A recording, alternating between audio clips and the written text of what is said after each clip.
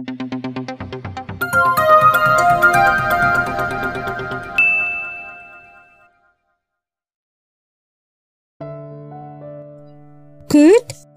What are you doing here? Nalalaki ang mga matang bulalas ni Terry nang bumaba mula sa modelong Corolla ang star player ng varsity team na pinapasukang eskwelahan. Pagkatapos ng naramdamang kasiyahan ay ang pag-aalala ang humalili. Why, aren't you glad to see me? Tanong nito. Ang 6-footer na varsitarian na may German blood at nahawig sa Hollywood actor na si Liam Neeson ay ang current boyfriend niya. Pinalit niya ito sa ex-boyfriend na mukhang nerd na kaya lang naman niya sinagot ay para may gumawa ng mga term papers niya. So far, si Kurt pa lang nagtatagal sa 3 naging boyfriend niya dahil na rin sa nakiklik sila nito sa lahat ng bagay, lalo na sa kalokohan. Mag-6 na buwan na nga sila sa 1 linggo, ngunit yun ay lihim na lihim sa kanyang lola Mercedes. I mean, bakit ka nagpunta dito? I don't remember inviting you here. Alam mo naman mahigpit ang lola at hindi niya alam ang tungkol sa'yo. Relax babes, marunong ako magdala kaya tsak na hindi tayo mabubuking ng lola mo. Nakangisi nitong sabi. Kurt's right Terry, sang-ay ni Bunny, pinsan nito at member ng cheering squad na pinamumunuan niya. Ako, I'll keep my mouth shut, sabi ng madaldal na si Kakay. Pinakakalog sa grupo at pinakaiyakin din. Promise. You better keep that promise, Kai, dahil kung hindi, out ka na sa grupo, sabi naman ni Melissa. Sumusunod ang ganda nito kay Terry gayon din sa katarayan. Okay, everything is settled now, but wait. Isa-isang tiningnan ni Terry ang mga kaibigan. Kayo lang? Nasaan sina Debbie at Ali?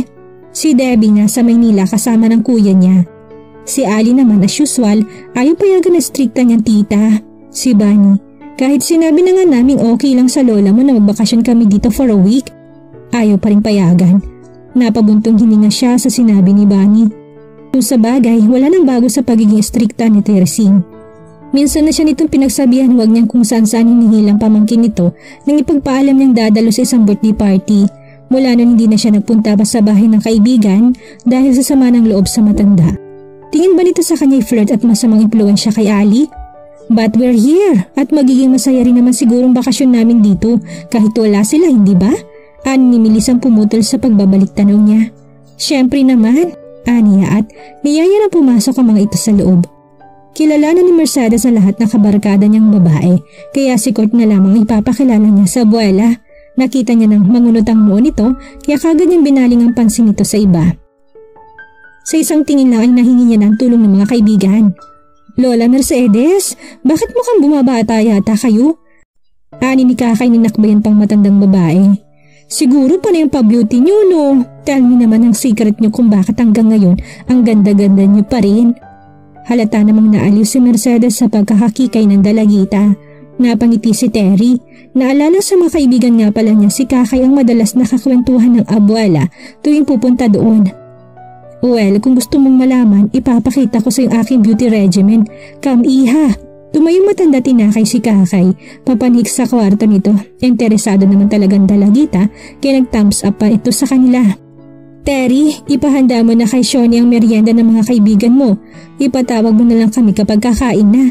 Anitong tukoy ang may edad nilang kusinera. Opo, abuelita. Aniya, bago kinindatan ng mga kaibigan ng tuluyang tumalikod ang dalawa. Madali naman palang iplis ang lola mo eh. Konting bola lang, sumasakay na. Nakatawang sabi ni Kurt. Huwag kang maingay, baka mamaya may makarinig sa'yo. Pare-pareho tayong lagot kay Lola Mercedes. Ang mabuti pa, sumama na kayo sa akin sa komedor, saway niya sa kasintahan. Agad siyang umiwas ang tangkaing akbayan siya nito. Pwede ba Kurt? Hindi ko gustong paalisin ka ng lola bukas na bukas din. Seryoso niyang sabi upang matakot to. I'm scared. Bagos ay tila na aliw pang sabi ng binatilyo. Ay naku, huwag mo na nga lang pansinin ng lalaking yan. Ani ni Melissa at inirapan ito. That's right, sabi naman ni Bunny. At pagpasensyahan mo ng kakulitan, bilog kasing buwan ngayon eh. Pinandilatan itong pinsan. Nagtatawa nang nagpatiunan ng 3 dalagita sa komedor habang si Kurt na may kakamot-kamot sa ulong sumunod sa mga ito. Ang hindi alam ni Terry, sinadya ni Mercedes na sumakay sa pambobola ni Kurt upang makakuha ng impormasyon. Dudang matanda sa karakas ng Kurt niyon, mukhang mambobola. At kung tamang kutob niyang may kaugnay ng binatilyo sa kanyang pinakamamahal na apo, ay hindi siya makakapayag na makaskor sa dalaginding niyang kapre.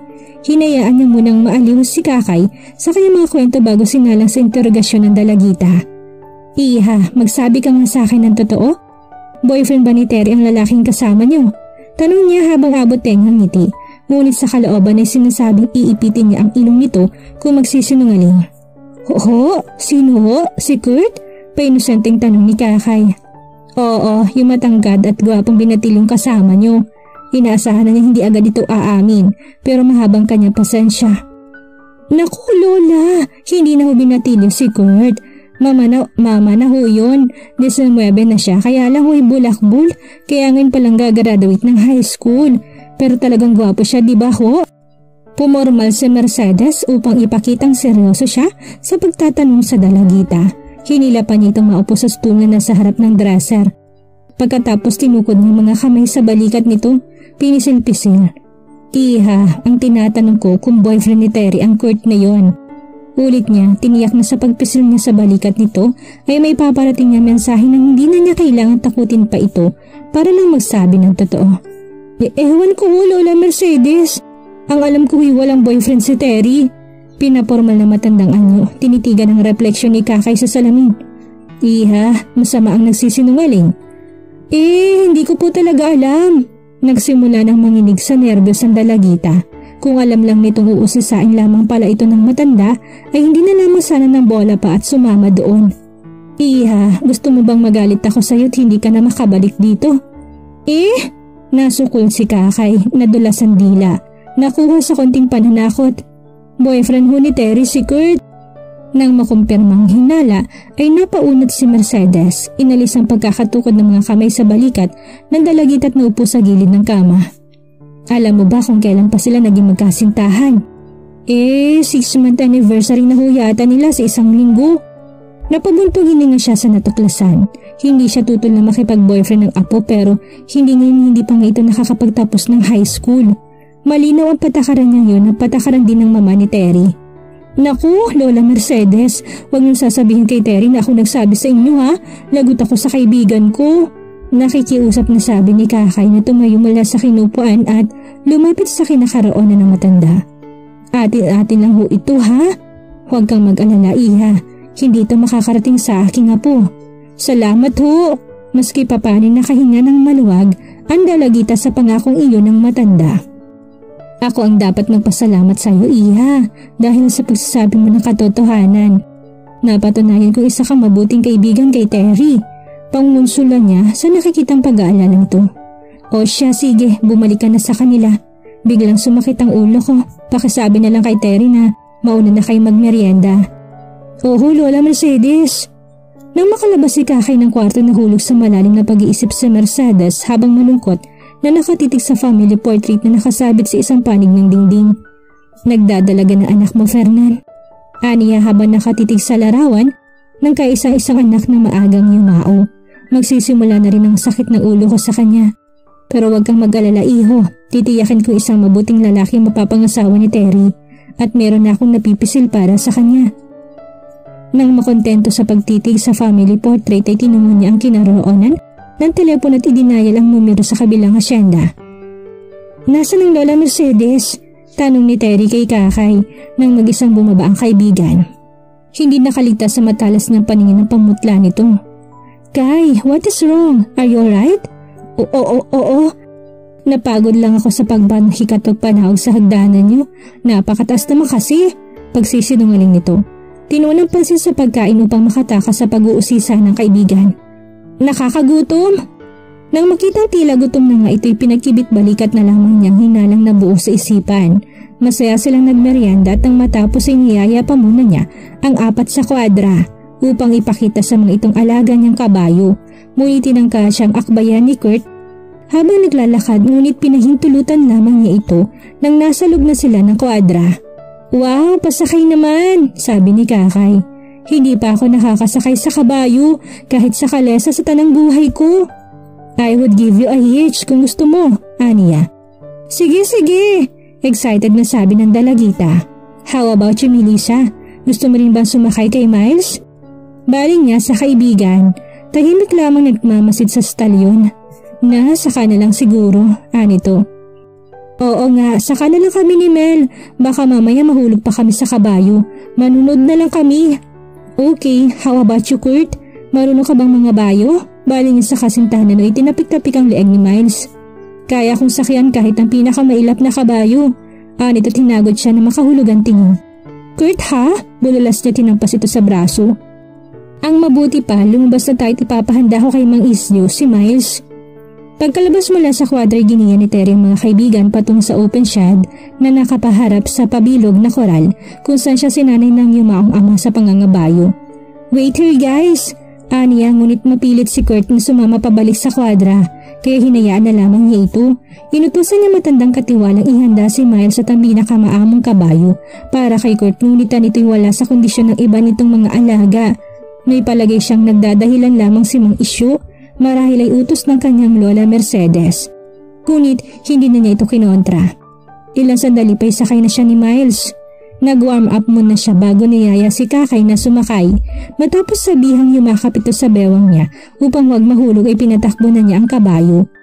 Mabagal lamang dahil tuwing bibiruin niya ang kaibigan na patatakbuhin na mabilis si Miles ay tumitili na kaagad to. Tuwang-tuwa namang nanunod si Bunny, Melissa habang si Kurt ay nakaupong naghihintay sa bakod ng koral. Kumakapormay animoy isang cowboy. Speed up Terry! Speed up! Pangasar pa nito. Nagad na maikinatili ni Kakay. Kurt, lagot ka sa akin pagbaba ko dito! At pinakiusapan si Terry ang panatilihin ng mabagal na pagpapatakbo sa kabayo. Don't worry Kakay, I won't let you fall. Natatawang sabi niya sa kaibigan. Ilang rounds pa't nagpababa na rin ito. Sinugod ni Kurt ang mabilis nang nakaiwas. Natatawang pinapanood na lamang ni Terry ang dalawa. Sina Bunny at Melissa na may binuyo si Kakay na wag titigilan si Kurt hanggat hindi ito hingal kabayo. Ngunit makalipas ang ilang minuto'y si Kakay humihingal na nagpabalik sa kinakaroonan ng mga kaibigan kasunod si Kurt. Come on, I'll show you my rooms para makapagpahinga na muna kayo. Aniya na mabilis namang sinangayunan ng mga ito. Matapos na niya si Mang Isyo ay iniwanan niya sa matanda ang kabayo. And punto 7:00 nang ipatawag sila ni Mercedes para maghapunan. Preskong-presko ang dating ni Terry sa suot na floral dress na tinermohan niya ng walang takong na sandalyas. Lantad ang makikinis ng balikat na animoy isang modelo. Nagpahid lamang siya ng polbot maliban doon ay wala ng iba pang kolorete sa mukha at katawan. Sina Bunny, Kakay at Melissa ay kapwa ng naka-walking shorts at sleeveless blouse kaya lalo tumingkad ang feminine look na ipinoproject ni Terry. Si Kurt ay gwapong-gwapo sa suot na mint green, slacks at asul na pangitaas nang humahapit sa katawan nito. Bagamat kita ang muscles sa dibdib at braso, hindi pa rin ito maihanay sa kategorya ng makikisig na lalaking nasa hustong gulang na. But she loved Kurt just because he was her current boyfriend, and it was only fair na sa paningin niya itong maging pinakagwapo at pinakamakisig. Pero nang makitang dalawang binatang kausap ng kanyang lola Mercedes sa sala ay nagdalawang isip siya. No, kung ikukumpara sa dalawang ito si Kurt ay mapupuntang pangalan nito sa huli ng listahan. Ngunit kahit anong gwapo pat anong kisig ni Cain, maging nakaibigan nitong si Will ay hindi pa rin siya nasisiyahang makitang mga ito, and she wondered kung anong ginagawa ng dalawa. Nariyan ka na pala iha, nakangiting batis sa kanya ng abuela nang makalapit sa kinakaroonan ng mga to. What are they doing here, abuelita? Nakangiting tanong niya upang pagtakpan ng pagkadismaya. I invited them for dinner, Terry, para makilala na rin ni Cain at Will ang mga kaibigan mo. Pagkasabi nun ay sinulya pa ng matandang 3 dalagita sa likuran ng apo, halatang kinikilig ang mga ito sa dalawang binata, samantalang si Kurt ay nanatiling formal. Aren't you going to introduce us to your lovely friends, Terry? Nakangiting tanong ni Will. Nagpalipat-lipat ang tingin sa 3 dalagita bago natuon ng pansin kay Melissa. Pinagkilala ni Terry ang mga ito, pasimpleng pinalikahan ng mga mata si Kakay na obvious magsusun kay Cain. Tayo na kaya sa komedor at ituloy niyo na lamang ang kilalanan habang kumakain. Ani ni Mercedes bago nagpatiunan ng humakbang patungo sa dining room. Ngunit bago yun hinagip nito sa magkabilang braso sina Cain at Terry. Sina Kakay at Bunny tuwang tinanggap ang alok ni Will na eskorta ng 2 dalagita matapos tanggihan ng Melissa ang binata. Si Kurt ay napilitang sumunod na lamang sa mga ito kasabay ang tahimik na si Melissa. Ngiting-ngiti si Mercedes nang matagumpay na napaupo sa magkatabing upuan sa kaliwa niya si nakaing na Terry. Sinadya niya akayin ng dalawa para mailay yung apo kay Kurt. At habang pinagmamasdan ng dalawa ay lalo pang tumitinding paniniwala niyang bagay na bagay ang mga ito. Nang magsimulang hapunan ni wala nang binida sa Mercedes kundi ang achievement ni Cain. Lantarang pinuri ng matandang binata at gayon na rin si Will sa paraan ng pagkakwento nito sa mga personal na bagay. Nung nalalaman sa apo ni Rosaline, nagmukha tuloy itong walang alam si Kurt. Hindi nakaligtas sa matalas na pakiramdam ni Terry ang intensyon ng abuela. Ipangalandakan sa harap ni Kurt ang mga kaibigan niya ang milang-milang agwat ni Cain sa mga katangian ng lalaki at hindi niya nagustuhan yun. She tried to manipulate the talks. Paminsan-minsan ay kunwari pa simpleng mababanggit ng kahanga-hangang mga katangian ni Kurt but to no avail. Lagi ay nangingibabaw sa Mercedes at ang mga papuring to kay Cain. Kaya nga ako, hindi ako tututol sakaling ligawan itong si Cain ng aking apo. Nakaiting sabi nito maya-mayang naniningning ang mga mata. Halos mabilaukan si Cain sa kapirasong karning sinusubo nito nang marinig ang sinasabi ng matandang babae. Si Will ay amused na napapailing-iling habang nawala naman ang imik. Ang tatlong dalagitang agad na tiningnan kung ano magiging reaksyon ni Kurt doon. Kitang-kita na magsalubong ang mga kilay ni Kurt habang si Terry naman ay nawala ng kulay ang mga pisngi. "You're just kidding, Abuelita, right?" Maya-may tanong ni Terry. Nakagat ang ibabang labi upang pigilan ang pangangatal noon. Tumawa muna si Mercedes, sadyang binitin ng impormasyon upang lalong masuspense ang lahat. Pagkatapos ay pinukul ito ng magilo na sulyap ang apo. "Of course, I'm just kidding, Iha." Anito tinutusan na lahat na ipagpatuloy ang maganang pagkain. Assuring Cain ng sinasabi nito isang biro lamang. Pero sa tono nito ay hindi inaalis sa mga posibilidad na balang araw ay maaari yung magkakatotoo. May isang taong nagpawala ng lahat ng malalim na hininga, ngunit kung nakahinga ng maluwag si Cain na hindi si Terry. Alam niya nagsisinungaling ang kanyang abuela upang makaiwas sa patuloy na pagbibiro ng Mercedes. Pagkatapos ng hapunan niya una nang pumanik sa kwarto niya ang dalagita, maging si Melissa ay sumabay na rin. Tanging sinabani at kakaya nagpaiwan upang makakwentuhan pang matagal si Will. Si Kurt ay lumabas sa garden para manigarilyo. Nang gabing iyon, hindi pinatulog si Terry ng mga alalahanin. Pakiramdam niya may binabalak ang kanyang abuela at hindi niya kinakalugod yon. Pero sakaling meron nga, magagawa ba niyang suwayin ito? Porma lang anyo ni Mercedes habang nakasilip sa bintana at tinatanaw ang papaalis na apo kasama ng mga kaibigan. Magpipiknik ang mga ito sa bukal malapit sa kakahuyan. Hindi siya tumututol dahil ayaw niya maging kontrabida sa paningin ng apo. Isa pa'y safe naman ang lugar, malayo sa karawagan at mararating na sasakyan. Ngunit sa kabila nun hindi niya mapigilan ang sarili nang huwag mag-alala dahil kay Kurt. Kung walang Kurt na yon, dito hindi siya mababahala kahit saan pumunta si Terry kasama mga kaibigan. Bukod sa magagalang ay mukhang matitino naman ng mga to, but with Kurt around, hindi siya nakakasiguradong ligtas sa kapahamakan ang kanyang apo. Unang tingin pa lang niya sa lalaki wala na siyang tiwala dito. Tingin niya naghihintay lamang ito ng tamang pagkakataon upang maisahan si Terry at yun ang hindi niya papayagang mangyari. Hindi niya inalagaan ang kanyang apo ng higit pa sa pag-aalaga niya noon sa anak niyang si Fernando para lamang lukuhin ng isang lalaki. Isa pa ay may mga plano na siya para dito. Nang makitang lumabas ng lumang pickup sa driveway, saka pa lamang siya umalis mula sa pagkakasilip sa bintana. Nagtungo siya sa salat na upo sa single sofa na katabi ng musitang kinapapatungan ng telepono. Lingid sa kaalaman na lahat, tinawagan niya si Rosalina para muling hinga ng tulong. Pinakiusapan na kung maaari katulad kagabi, papuntahin sa asyenda si Cain kung walang importanteng gagawin. At dahil may lihim na unawa ng dalawang matanda sa binabalak na pagmamatch, sa mga apoy agad ding sumang-ayon si Rosalina sa suhestyon niyang pabantayan sa binata si Terry. Nasa study si Cain ng pinag-aaralan ng libro ng asyenda nang pumasok si Rosalina. Nang mamalaya ng presensya ng abuela, agad niyang itinabi ang ginagawa upang harapin ito. "Iho, wala ka ba masyadong gagawin sa araw na ito, hindi ba?" Panimula ni Rosalina. Bagamat alam na hindi ito magagawang pahindian ng apoy, ayaw naman ng direktang manduhan ng binata. "May kailangan ka sa akin, Abuelita?" Tanong ni Cain at inunat ang likod sa sandalang upuan. Sa maikling pananalit ay pinaliwanag ni Rosalina ang dahilan ng pagtawag ni Mercedes. Habang matamang nakikinig sa sinasabi ng abuela ay papalit-palit ang ekspresyon sa mukha ni Cain, from amusement to disbelief and disbelief to confusion. Kagabi pa siya nalilito sa mga aktosasyon ng lola ni Terry. "So what do you want me to do?" Aniya upang tapusin ang pagpapaligoy-ligoy ng abuela. Maaari mo ba siyang bantayan, iho? Nag-aalala sa Mercedes na baka samantalahin ng boyfriend ni Terry ang pagiging vulnerable niya sa mga panahong ito. Alam mo, hindi pa siya nakaka-recover sa pag-asawa muli ng kanyang mama. She's lonely and she's desperately needs someone. Do you not think it's invading someone's privacy, abuelita? Besides, malaki na si Terry para bantayan pa.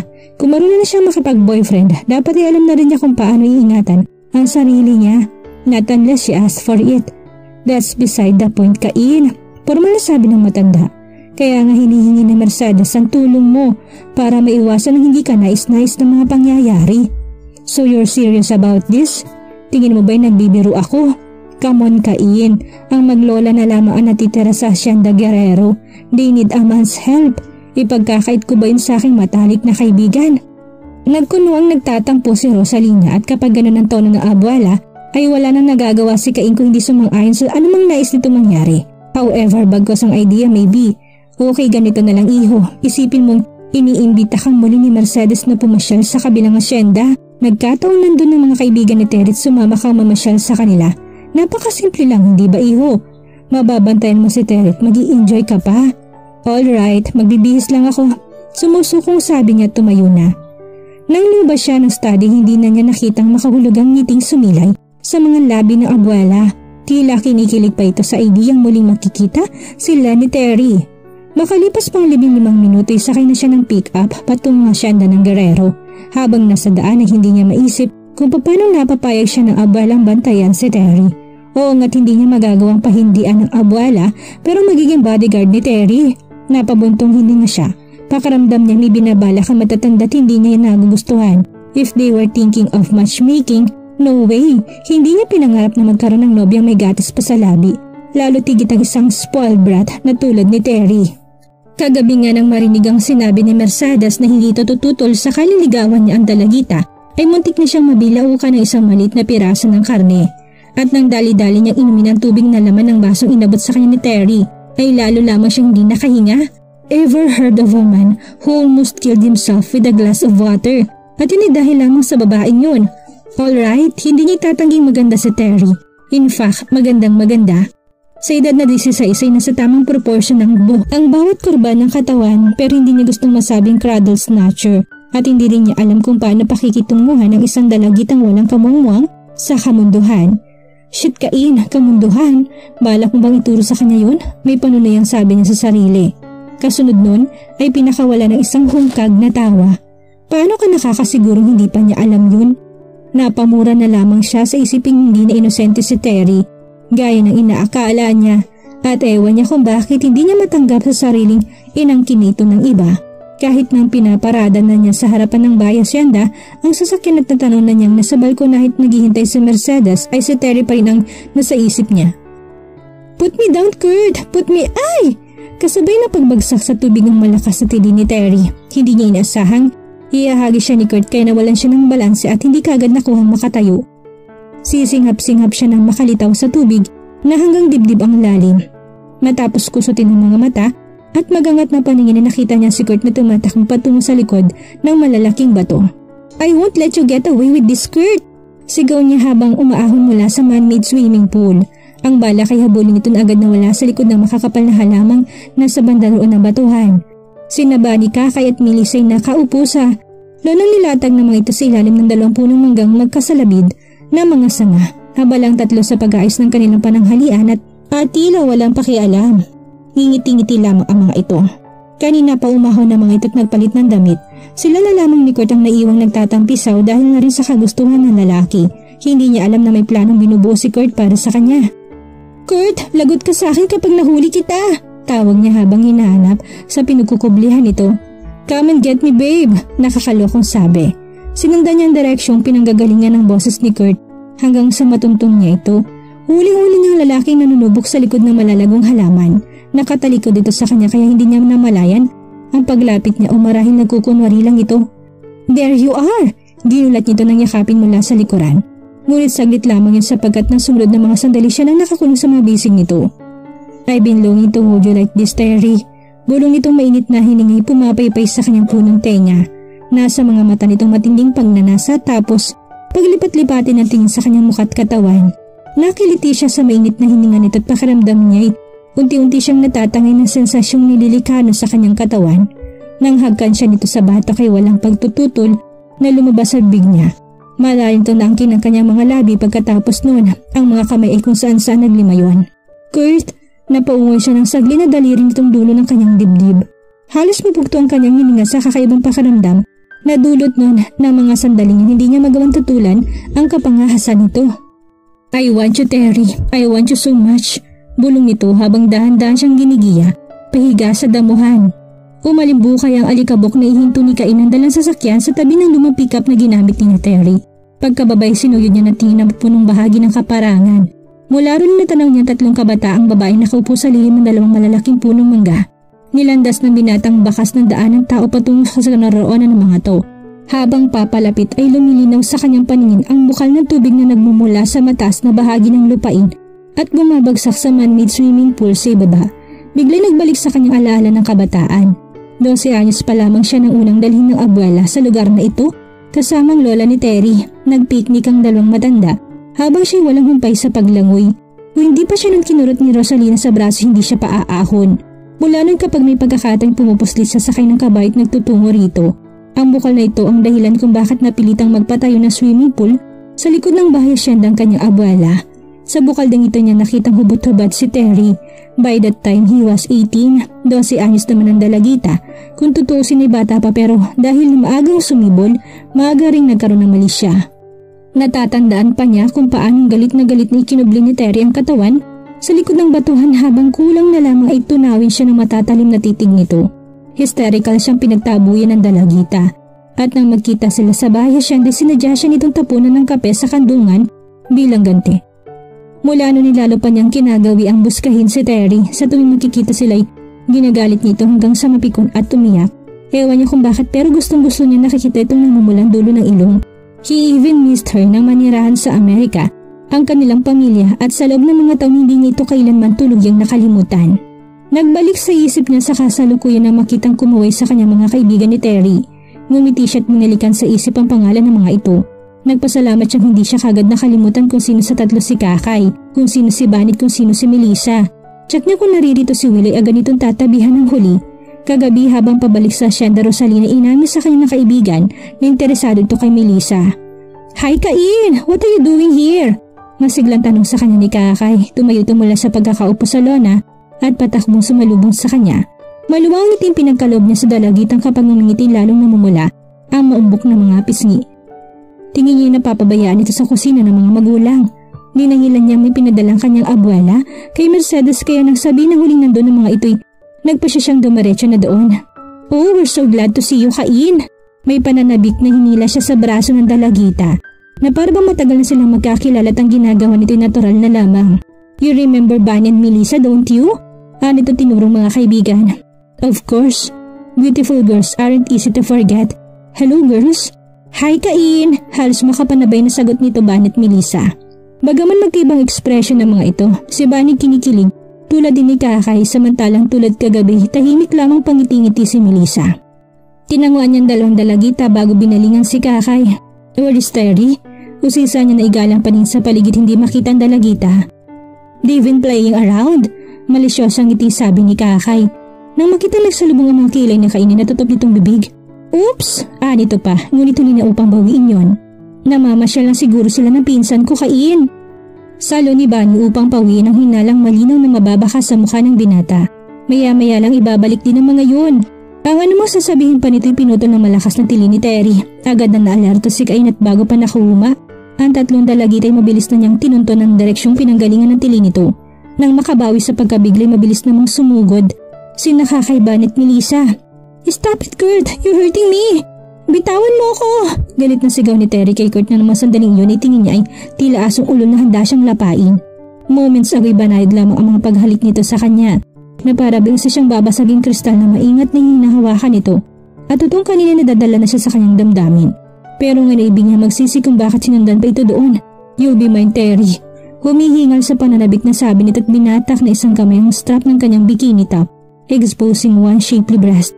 Muling napatili si Terry, lalo pa na isubsob doon ni Kurt ang mukha't papigil na kagati ng bilog sa dulo nun.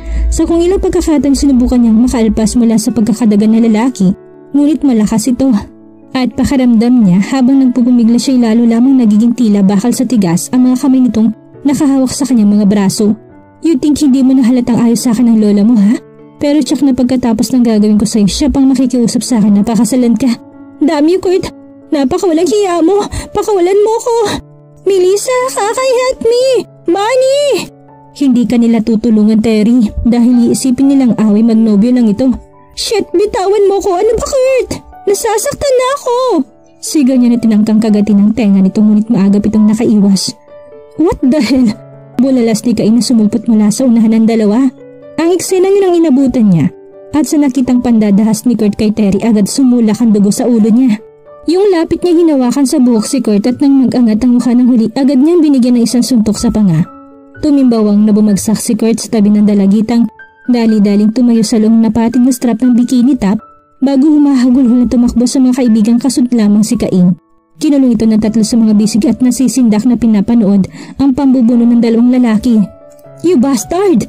Sigaw ni Cain na itayo si Kurt at bigwasan sa sikmura. Bagamat napaarikingking, sa sakit ay nagawa pa rin ni Kurt na banggain ng ulong dibdib niya. Sabay silang bumagsak sa lupa, ngunit dahil sa higit na malakas at experience sa pakipag-away, ay nagawa niyang kubuwawan ang lalaki't gawaran na matinding suntok sa dibdib at panga. Kung hindi pa nagmamakaawang umawat si Bonnie, ay baka napatulog siya sa suntokang pangahas na lalaki. Go and get this! Anime atungan ng Leon na tinig niya ng balingan si Terry. Tayo na, Terry! Anime ni siya bago sa tulong ni Kaka ay nilalay ng dalagitang hindi halos makalakad sa matinding takot na dinanas.